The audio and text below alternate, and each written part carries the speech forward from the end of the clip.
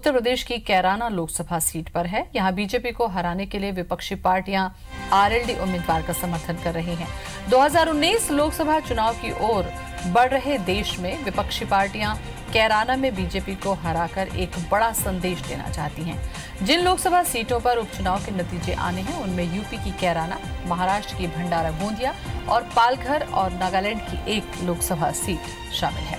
Kairana Lok Sabha seat पर RLD के प्रत्याशी तबस्सुम हसन आगे हैं। बीजेपी प्रत्याशी मृगंका पीछे चल रही हैं, तो महाराष्ट्र के पालघर लोकसभा सीट पर बीजेपी शिवसेना में टक्कर चल रही है।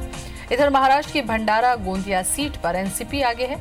बीजेपी के हेमंत पटले पीछे चल रहे हैं। वहीं नागालैंड में एनडीपीपी आगे चल रही है, तो वहीं 10 विधानसभा सीटों के रुझानों में बीजेपी 2, कांग्रेस 3 और अन्य 5 सीटों पर है।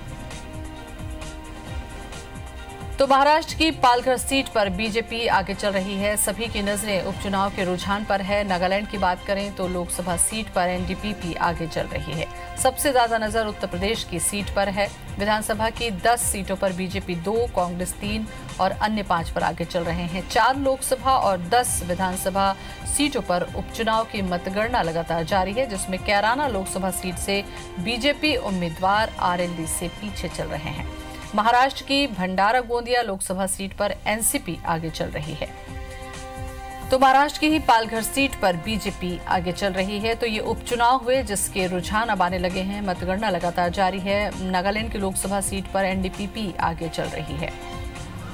10 सीटों पर बीजेपी 2, कांग्रेस 3 और अन्य 5 पर अभी के रुझान में आगे चल रही है।